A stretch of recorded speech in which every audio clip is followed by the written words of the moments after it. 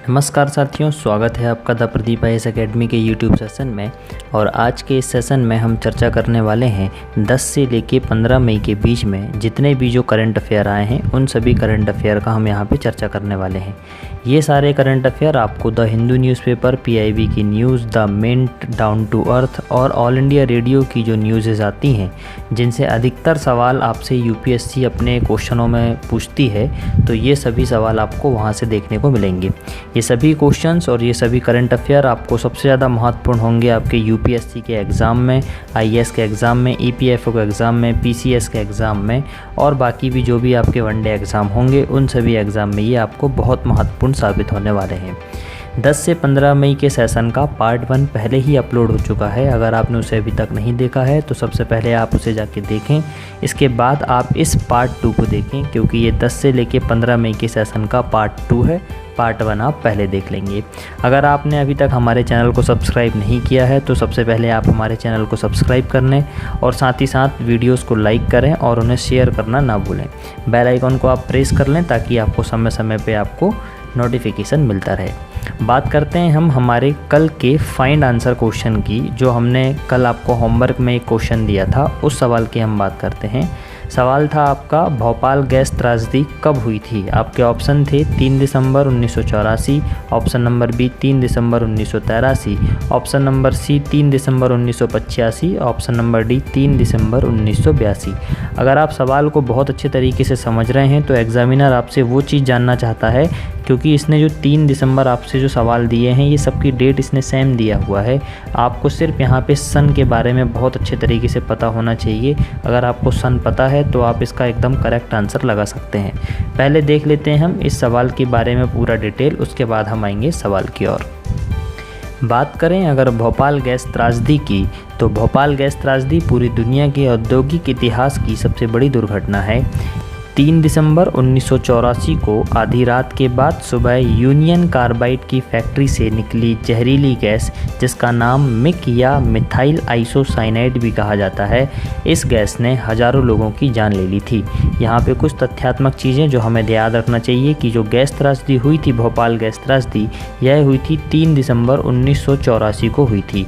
साथ ही साथ यहाँ पे जो कंपनी का नाम है यूनियन कार्बाइड जो कंपनी है, इस कंपनी से एक गैस का रिसाव हुआ था जिस गैस का नाम था मिक या मिथाइल आइसोसाइनाइड, जिसने हज़ारों लोगों की यहाँ पे क्या की थी, जान ले ली थी। ये जो आप पिक्चर देख रहे हैं ये इस समय की बहुत फेमस वायरल पिक्चर थी जो इंटरनेट में बहुत वायरल हुई और ये उस समय की नेशनल पिक्चर के रूप में जानी गई।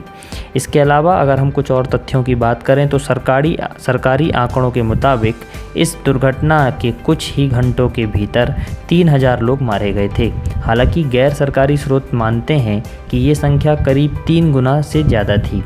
इतना ही नहीं, कुछ लोगों का दावा है कि मरने वाले लोगों की संख्या करीब 15,000 से भी अधिक थी। इसके अलावा जानकार कुछ ऐसा भी कहते हैं कि कार्बाइड फैक्ट्री से करीब 40 टन गैस का रिसाव हुआ था और इसका कारण यह था कि फैक्ट्री के टैंक नंबर 610 में जहरीली मिथाइल आइसोसाइनाइड गैस से पानी मिल गया था। इस घटना के बाद रासायनिक प्रक्रिया हुई और इसके परिणाम स्वरूप टैंक में दबाव बना। अंततः टैंक खुल गया और गैस वायुमंडल में फैल गई थी। ये आप पिक्चर देख रहे हैं उस तत्कालीन समय की ये पिक्चर है। ये यूनियन कार्बाइड कंपनी से जब गैस का रिसाव हुआ तो ये पूरे भोपाल शहर में जो वहाँ के किनारे किनारे के जो स्लम एरिया थे, जो झोपड़ी वाले एरिया, वहाँ के अधिकतर लोगों की इस गैस के कारण से मृत्यु हुई थी। तो ये उस समय की तत्कालीन पिक्चर है। इसे देखने से आपको काफ़ी कुछ चीज़ें स्पष्ट हो रही होंगी कि कैसे उस समय के हालात थे। तो ये थी उस भोपाल गैस त्रासदी की संपूर्ण डिटेल, संपूर्ण जानकारी। अब हम आते हैं हमारे सवाल की ओर। अगर सवाल की बात करें तो भोपाल गैस त्रासदी एनालिसिस के हिसाब से 3 दिसंबर सन 1984 को यह गैस त्रासदी हुई थी। ये आपको बहुत अच्छे तरीके से याद रखना है। तो इस हिसाब से आपके इस सवाल का जो आंसर होगा वो ऑप्शन नंबर ए होगा। बात करते हैं आज के सवाल नंबर पहले की। राष्ट्रीय आपदा प्रबंधन प्राधिकरण, जिसे नेशनल डिजास्टर मैनेजमेंट अथॉरिटी भी कहा जाता है, के संदर्भ में विचार करना है। कथन नंबर 1, इस निकाय का गठन आपदा प्रबंधन अधिनियम 2005 के तहत किया गया है। कथन नंबर 2, इसका अध्यक्ष केंद्रीय गृह मंत्री होता है। नीचे दिए गए कूट का प्रयोग कर आपको सही उत्तर बताना है। केवल 1, केवल 2, 1 या 2 दोनों, या ना तो 1 और ना ही 2। हाल ही में कोविड-19 के चलते लागू तालेबंदी के बाद विनिर्माण और रसायन उद्योग को फिर से आरंभ करने के विषय में राष्ट्रीय आपदा प्रबंधन प्राधिकरण ने नए दिशा निर्देश निर्गत किए हैं। ये दिशा निर्देश रासायनिक आपदाओं, रासायनिक आतंकवाद के प्रबंधन तथा POL टैंकरों की आवाजाही की सुरक्षा एवं निरापत्ता से संबंधित है। इसी कारण से हाल ही में अभी NDMA न्यूज़ में था, इसी कारण से ये आपके आज सवाल में भी आपको देखने को मिला है। नेशनल डिजास्टर मैनेजमेंट अथॉरिटी, जिसे हम शॉर्ट में NDMA कहते हैं, भारत में आपदा प्रबंधन के लिए एक सर्वोच्च निकाय है, जिसका गठन आपदा प्रबंधन अधिनियम 2005 के तहत किया गया था। बाद में इस अधिनियम के अनुसार राष्ट्रीय प्रबंधन प्राधिकरण NDMA तथा राज्य आपदा प्रबंधन प्राधिकरण SDMA गठित किए गए, जिनके अध्यक्ष क्रमशः प्रधानमंत्री और संबंधित राज्य के मुख्यमंत्री होते हैं। कुछ तथ्यों को यहाँ पे हम एक बार जान लेते हैं। अगर हम यहाँ पे केंद्रीय लेवल की बात करें, अगर हम NDMA की बात करें, तो इसका जो अध्यक्ष होता है वो हमारे देश का प्रधानमंत्री होता है। अगर हम स्टेट की बात करें तो स्टेट डिजास्टर मैनेजमेंट अथॉरिटी की अगर हम बात करें तो ये उस स्टेट का जो CM होगा, वो CM मुख्यमंत्री इस SDMA का क्या होगा, अध्यक्ष होगा। ये चीज़ें आपको याद रखना है। इसके अलावा इसका प्रशासनिक नियंत्रण भारत सरकार के गृह मंत्रालय के अधीन होता है। आपको जानना चाहिए कि इसका जो प्रशासनिक नियंत्रण होता है वो गृह मंत्रालय के हाथ में होता है, ना कि वित्त मंत्रालय के हाथ में या किसी और अन्य मंत्रालय के हाथ में। तो ये चीज़ आपको याद होना चाहिए। यह प्राधिकरण आपदा प्रबंधन हेतु नीतियों, योजनाओं एवं दिशा निर्देशों का निर्माण करता है एवं आपदाओं के दौरान प्रभावी ढंग से आपदा प्रबंधन करता है। इस संस्था का उद्देश्य एक समग्र प्रोएक्टिव प्रौद्योगिकी प्रेरित टिकाऊ विकास रणनीति के माध्यम से एक सुरक्षित और आपदा प्रबंधन में सक्षम भारत का निर्माण करना है, जिसमें सभी हितधारकों को सम्मिलित किया गया है। यह आपदा की रोकथाम एवं शमन की संस्कृति का सृजन करने में सहयोग करता है। तो ये थे कुछ तथ्य हमारे NDMA को लेके। हम सवाल की ओर आते हैं कि क्या था हमारा सवाल की अगर हम बात करें तो राष्ट्रीय आपदा प्रबंधन प्राधिकरण के संदर्भ में जो हमें कथन दिए गए थे, जिसमें से पहला कथन था कि इस निकाय का गठन आपदा प्रबंधन अधिनियम 2005 के तहत किया गया है, तो यह कथन एकदम सही कथन है। इसका अध्यक्ष केंद्रीय गृह मंत्री होता है, ये कथन अपने आप में गलत होगा, क्योंकि इसका जो अध्यक्ष होगा, क्योंकि हम अगर बात कर रहे हैं NDMA की, तो NDMA का जो अध्यक्ष होता है वो भारत का प्रधानमंत्री होता है, जबकि SDMA का जो अध्यक्ष होता है वो भारत के स्टेट का, जिस स्टेट का SDMA होगा वहाँ का CM या मुख्यमंत्री वहाँ का उसका अध्यक्ष होगा। तो इस हिसाब से हमारा सेकंड कथन गलत होगा, जबकि पहला एकदम सही होगा। तो हमारा सही आंसर जो होगा वो ऑप्शन नंबर 1, केवल एक कथन इसका सही होगा। बात करते हैं प्रश्न क्रमांक 2 की। कॉमनवेल्थ हेल्थ मिनिस्टर्स मीटिंग के संदर्भ में आपको विचार करना है। पहला कथन है आपका, यह राष्ट्रमंडल देशों के स्वास्थ्य मंत्री की बैठक है। कथन नंबर 2, राष्ट्रमंडल की स्थापना 1949 के पेरिस घोषणा के द्वारा हुई थी।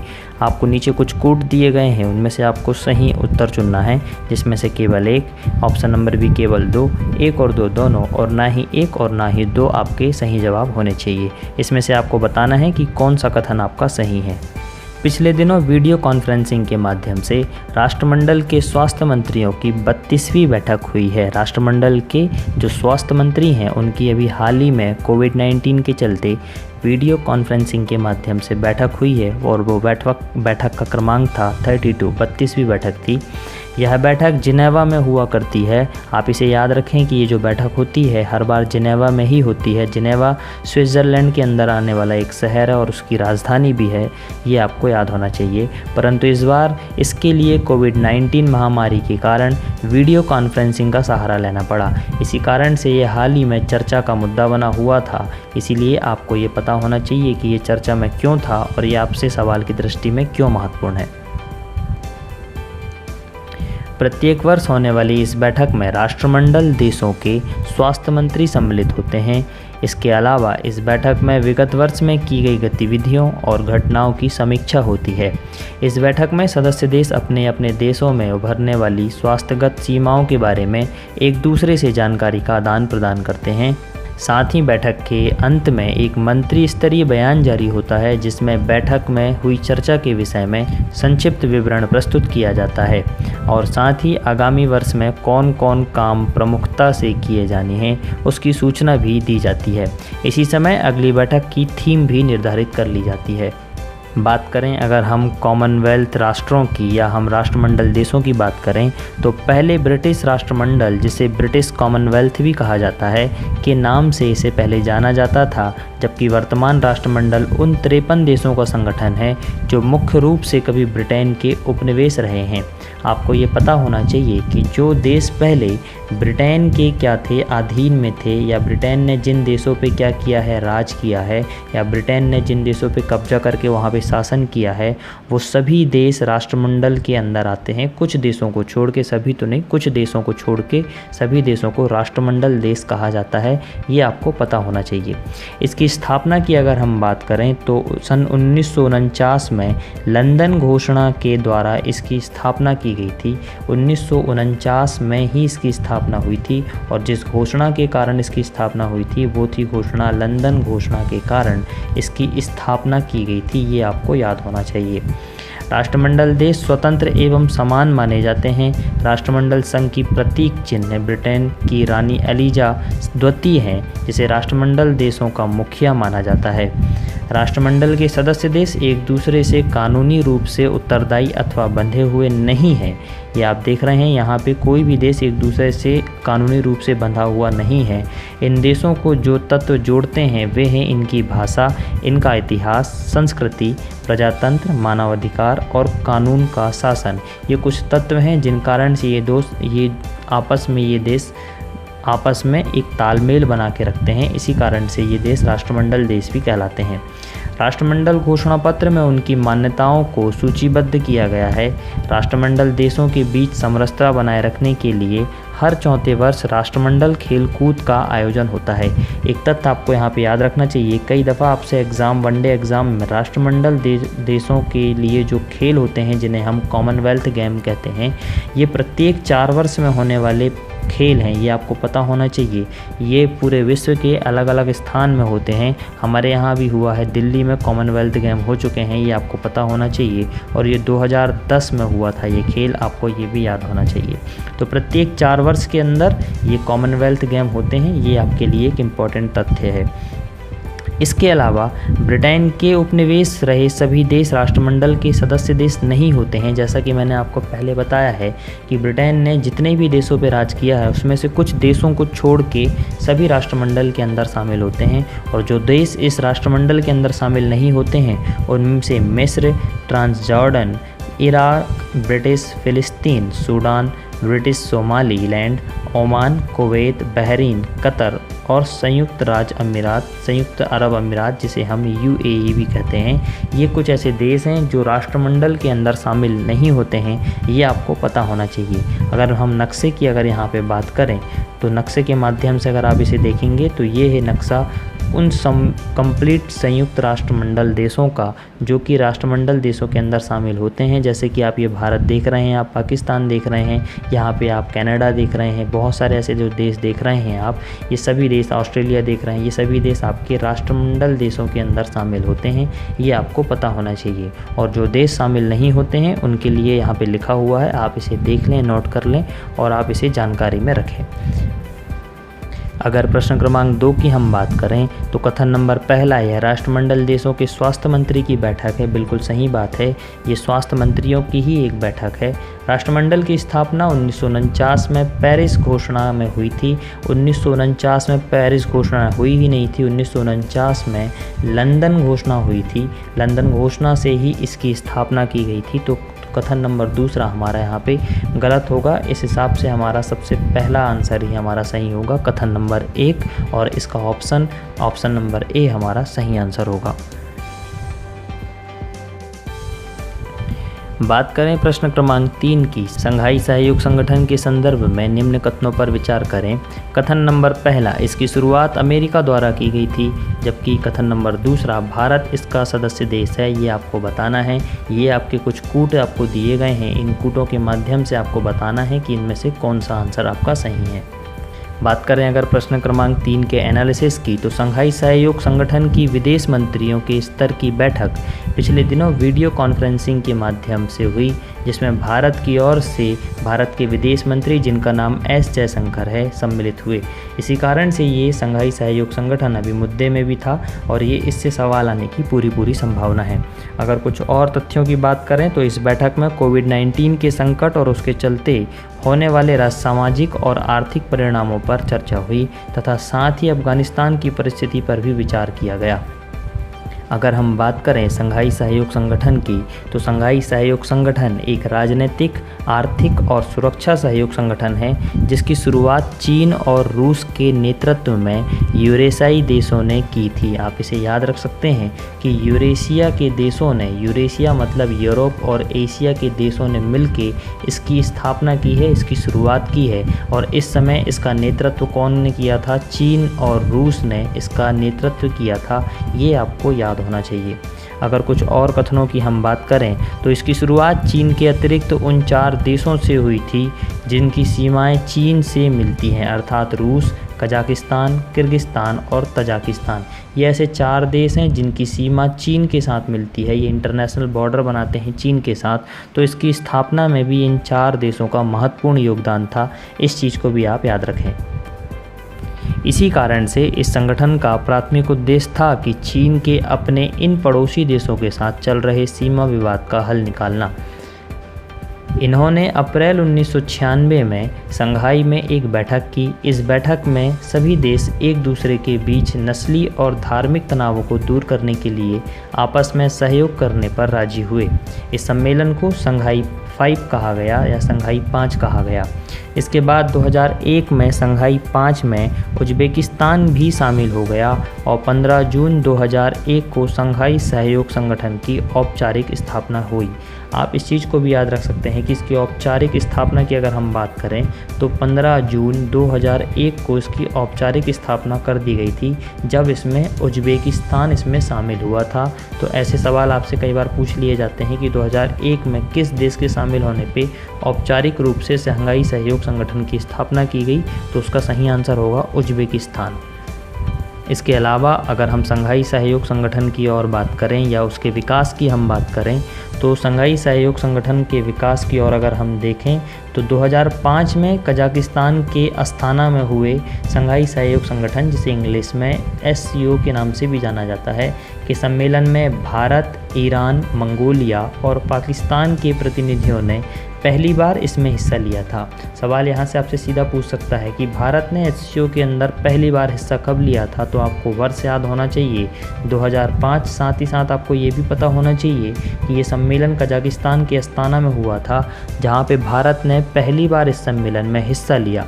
कुछ और अन्य तथ्यों की बात करें तो 2016 तक भारत SCO में एक पर्यवेक्षक देश के रूप में शामिल था। भारत ने सितंबर 2014 में संघाई सहयोग संगठन की सदस्यता के लिए आवेदन किया और जून 2017 में अस्ताना में आयोजित संघाई सहयोग संगठन शिखर सम्मेलन में भारत और पाकिस्तान को भी औपचारिक तौर पर पूर्ण सदस्यता प्राप्त की गई। अगर वर्तमान में संघाई सहयोग संगठन की स्थायी सदस्य देशों की संख्या की बात करें तो वर्तमान में 8 इसके देश सदस्य हैं, जिसमें से चीन, रूस, Kazakhstan, Kyrgyzstan, Tajikistan, Uzbekistan, Bharat और पाकिस्तान। अगर आपसे सवाल ऐसा पूछ ले कि भारत SCO में कब शामिल हुआ, तो आपका जवाब होगा 2017 जून। इसका सही जवाब होगा कि जून 2017 में भारत ने SCO को ज्वाइन किया और उसका पूर्णकालिक के रूप में सदस्य के रूप में इसने शपथ भी ली। इसके अलावा इसके अन्य 4 देश जिन्हें पर्यवेक्षक देश के रूप में भी जाना जाता है, उनमें हैं अफगानिस्तान, बेलारूस, ईरान और मंगोलिया। और इसके अतिरिक्त SCO में 6 ऐसे देश हैं जिन्हें डायलॉग पार्टनर के रूप में जाना जाता है, जिनके नाम हैं अजरबैजान, आर्मेनिया, कंबोडिया, नेपाल, तुर्की और श्रीलंका। तो ये थी जानकारी हमारी SCO से संदर्भित और भी उसके अन्य तथ्य। अब हम आते हैं हमारे सवाल की ओर। प्रश्न क्रमांक 3 के अगर कथनों की हम बात करें तो इसकी शुरुआत अमेरिका द्वारा की गई थी। ये कथन अपने आप में गलत है। इसकी शुरुआत चीन और रूस के द्वारा की गई थी। ये आपको पता होना चाहिए। साथ ही साथ चीन से लगे हुए उन सभी देशों की जो चीन के साथ इंटरनेशनल बॉर्डर बनाते हैं, इन सभी देशों के सहयोग से इसकी स्थापना की गई थी, शुरुआत की गई थी। भारत इसका सदस्य देश है। जी हाँ, बिल्कुल सदस्य देश है। अगर ये सवाल 2017 के पहले आता तो इसका जवाब गलत होता, जबकि जून 2017 में इसका सदस्य देश बन गया है भारत। इस कारण से ये कथन आपका सही होगा। इस हिसाब से केवल दूसरा कथन आपका सही है, केवल 2 आपका आंसर होगा, ऑप्शन नंबर बी। बात करें आज के सवाल नंबर 4 की, चौथे प्रश्न की, तो टूर ऑफ ड्यूटी क्या है? यह भारत के मंत्रियों की विदेश यात्रा है। ऑप्शन नंबर बी, भ्रष्टाचार के खिलाफ एक मुहिम है। ऑप्शन नंबर सी, प्रशासनिक अधिकारियों का स्कूल का निरीक्षण है। जबकि ऑप्शन नंबर डी, भारतीय सेना का प्रतिभाशाली युवाओं को अपनी ओर आकर्षित करने का एक प्रयास है। बात कर रहे हैं प्रश्न क्रमांक 4 के टॉपिक एनालिसिस की, तो भारतीय सेना अब देश की प्रतिभाओं को अपनी तरफ आकर्षित करने के लिए 3 साल के टूर ऑफ ड्यूटी नाम एक योजना का अनावरण करने की तैयारी कर रही है। याद रखें, ये जो टूर ऑफ ड्यूटी एक जो योजना चलाई जा रही है, ये सिर्फ और सिर्फ 3 साल के लिए वैलिड होगी। इसे आपको याद रखना है। इसमें चयनित उन सभी युवाओं को सिर्फ 3 साल के लिए मौका मिलेगा इस सेना के अंदर काम करने का। अगर बात करें टूर ऑफ ड्यूटी योजना की, तो यह प्रस्ताव देश की सर्वश्रेष्ठ प्रतिभा को अपनी ओर आकर्षित करने का भारतीय सेना के प्रयासों का एक हिस्सा है। जबकि वर्तमान में जो सबसे छोटा कार्यकाल है वह शॉर्ट सर्विस कमीशन, जिसे इंग्लिश में शॉर्ट सर्विस कमीशन ही कहा जाता है, के अंतर्गत 10 वर्ष का है। अगर हम आपको बताएं तो ये जो हम योजना लेके आ रहे हैं ये 3 वर्ष के लिए होगी, जबकि इसके पहले जो मिनिमम टाइम अवधि थी एसएससी की, मतलब शॉर्ट सर्विस कमीशन की, तो वो 10 वर्ष थी। इस कारण से अभी जो योजना लेके आई जा रही है टूर ऑफ ड्यूटी, ये 3 वर्ष के लिए लागू होगी। सबसे छोटे समय अंतराल की एक अवधि होगी, सबसे छोटे अंतराल की एक योजना होगी। कुछ और अन्य तथ्यों की अगर हम बात करें तो इस योजना के माध्यम से वे युवा भी सेना में सम्मिलित हो सकेंगे जो किसी कारण पहले सम्मिलित नहीं हो सके थे। विदित हो कि हाल में Stockholm International Peace Research Institute द्वारा निर्गत एक रिपोर्ट में सबसे ज़्यादा सैन्य खर्च करने वाले देशों की सूची में भारत 3रे स्थान पर पहुंच गया है। इस सूची में भारत ने रूस समेत कई बड़े देशों को पीछे भी छोड़ दिया है। अगर हम कुछ रैंकिंग की बात करें तो सबसे पहले रैंकिंग में है आपका अमेरिका, जो कि सबसे ज़्यादा पैसा अपनी सेना पे खर्च करता है। उसके बाद चीन का स्थान आता है जो सबसे ज़्यादा पैसा अपनी सेना पे खर्च करता है। उसके बाद हमारे भारत का स्थान है जिसकी रैंकिंग 3री आ गई है। तो इस हिसाब से भारत अपनी सेना पे खर्च करने के लिए 3रे नंबर का देश बन चुका है, जो कि पूरे विश्व में सबसे ज़्यादा खर्च अपनी सेना पे करता है। और इसकी रिसर्च जो करता है उसका नाम भी आपको याद होना चाहिए, Stockholm International Peace Research Institute द्वारा इस चीज़ की रिसर्च की जाती है। तो ये भी आपको पता होना चाहिए। ये आप जो देख रहे हैं ये एक प्रकार की इसी प्रकार की योजना है जिसमें सभी युवाओं को शामिल किया जाएगा। एक प्रकार से उनको नौकरी दी जाएगी और जिसका कार्यकाल होगा 3 वर्ष के लिए, ताकि हर युवाओं को सेना में अपना जाने का एक जोश और जो जुनून होता है, जो ख्वाब होता है, उसमें काम करने के लिए वो सभी का पूरा हो सके। अब हम आते हैं हमारे इस टॉपिक एनालिसिस से संबंधित प्रश्न की ओर। प्रश्न की अगर बात करें तो इसका कथन था पहला, यह भारत के मंत्रियों की विदेशी यात्रा है। जी नहीं। भ्रष्टाचार के खिलाफ यह एक मुहिम है, यह भी कथन गलत है। प्रशासनिक अधिकारियों का स्कूली निरीक्षण है, यह भी कथन गलत है। तो ऑब्वियस सी बात है कथन नंबर 4 आपका सही जवाब होगा। भारतीय सेना का प्रतिभाशाली युवाओं को अपनी ओर आकर्षित करने का एक प्रयास है ये, जिसे हम टूर ऑफ ड्यूटी भी कहते हैं। और इसकी समय अवधि आपको याद रखना है, ये 3 वर्ष है। बात करें आज के प्रश्न क्रमांक 5 और आज के अंतिम सवाल की, वैश्विक वन संसाधन आकलन FRA प्रतिवेदन कौन जारी करता है? ऑप्शन नंबर ए पर्यावरण मंत्रालय, ऑप्शन नंबर बी कृषि मंत्रालय, ऑप्शन नंबर सी खाद्य एवं कृषि संगठन, ऑप्शन नंबर डी विश्व बैंक। बात करें प्रश्न क्रमांक 5 के टॉपिक एनालिसिस की, तो 13 मई 2020 को खाद्य एवं कृषि संगठन, जिसे इंग्लिश में Food and Agriculture Organization of United Nation कहा जाता है, ने 2020 का वैश्विक वन संसाधन आकलन प्रतिवेदन जारी कर दिया है। तो यहाँ से आपको एक चीज़ तो पता चल गया होगा, ये जो रिपोर्ट है जिसे हम कहते हैं वैश्विक वन संसाधन आकलन प्रतिवेदन, इसे जारी करने वाली संस्था कौन सी है? FAO है, जिसने 13 मई को 2020 की इस रिपोर्ट को जारी किया है। इस रिपोर्ट में 236 से अधिक देशों और क्षेत्रों में 1990 से लेकर 2020 की अवधि में जंगलों की स्थिति की पड़ताल की गई है। इस रिपोर्ट के अनुसार पिछले 30 वर्षों में हम लोग 178 मिलियन हेक्टेयर जंगल खो चुके हैं। यह अलग बात है कि जंगल खोने की दर में गिरावट भी देखी गई है। संयुक्त राष्ट्र खाद्य और कृषि संगठन की अगर हम बात करें तो इसकी स्थापना सन 1945 में संयुक्त राष्ट्र संघ के अंतर्गत की गई थी, जिसका मुख्यालय रोम के अंदर आता है और रोम इटली में आता है, और इसमें लगभग 130 देशों के क्षेत्रीय कार्यालय भी हैं। यह संगठन सरकारों और विकास एजेंसियों को कृषि, वानिकी, मत्स्य पालन तथा भूमि एवं जल संसाधन से संबंधित गतिविधियों के संचालन में सहायता करता है। FAO वैश्विक स्तर पर खाद्य सुरक्षा के लिए कार्य भी करता है। इस संस्था का लक्ष्य भूख मिटाना और पोषण का स्तर ऊंचा करना है। इस कथन को आप बहुत अच्छे से याद रखें, क्योंकि ये इसका उद्देश्य के रूप में आपको दिख रहा होगा कि इस संस्था का जो मुख्य लक्ष्य है वो भूख मिटाना और पोषण के स्तर को ऊंचा रखना है। अगर हम इसके मोटो की बात करें, इसके ध्येय वाक्य की बात करें, तो फिएट पेनिस अर्थात लोगों की रोटी मिले, ये इसका क्या है? मुख्य कथन है या ध्येय वाक्य है। तो ये तो जानकारी थी FAO से संबंधित और उससे जुड़े हुए कुछ तथ्यों की। अब हम आते हैं हमारे प्रश्न की ओर। बात करें प्रश्न क्रमांक 5 की, तो वैश्विक वन संसाधन आकलन, जिसे इंग्लिश में FRA भी कहा जाता है, कौन जारी करता है? तो आपको इसका जवाब सही पता चल गया होगा। इसका सही आंसर है ऑप्शन नंबर C, खाद्य एवं कृषि संगठन, जिसे इंग्लिश में Food and Agriculture Organization of United Nation भी कहा जाता है, जिसकी स्थापना 1945 में हुई थी। ये आपको पता होना चाहिए। तो ये थे आज के हमारे मुख्य 5 प्रश्न, जो कि 10 से लेकर 15 मई के बीच में बहुत ज़्यादा चर्चा में बने रहे और इनसे सवाल आने की संभावना बहुत अधिक है। इसलिए ये 5 सवालों को आप अच्छे तरीके से प्रैक्टिस करें। इसके अतिरिक्त हम बात करते हैं हमारे आज के प्रैक्टिस सेशन के क्वेश्चन की, जिसे हम कहते हैं फाइंड आंसर का क्वेश्चन। तो आज का आपके फाइंड आंसर का क्वेश्चन है, मिशन सागर क्या है? आपका कथन नंबर 1 है, पूर्वी हिंद महासागर में स्थित द्वीपीय देशों को कोविड-19 महामारी से लड़ने में सहायता पहुंचाने के लिए भारत का एक अभियान है। कथन नंबर B, विदेश में फंसे भारतीयों को भारत वापस लाने का एक अभियान है। कथन नंबर C, समुद्री कचरे को निकालने का एक अभियान है। कथन नंबर D, समुद्री मछलियों की बीमारी संबंधी एक अभियान है।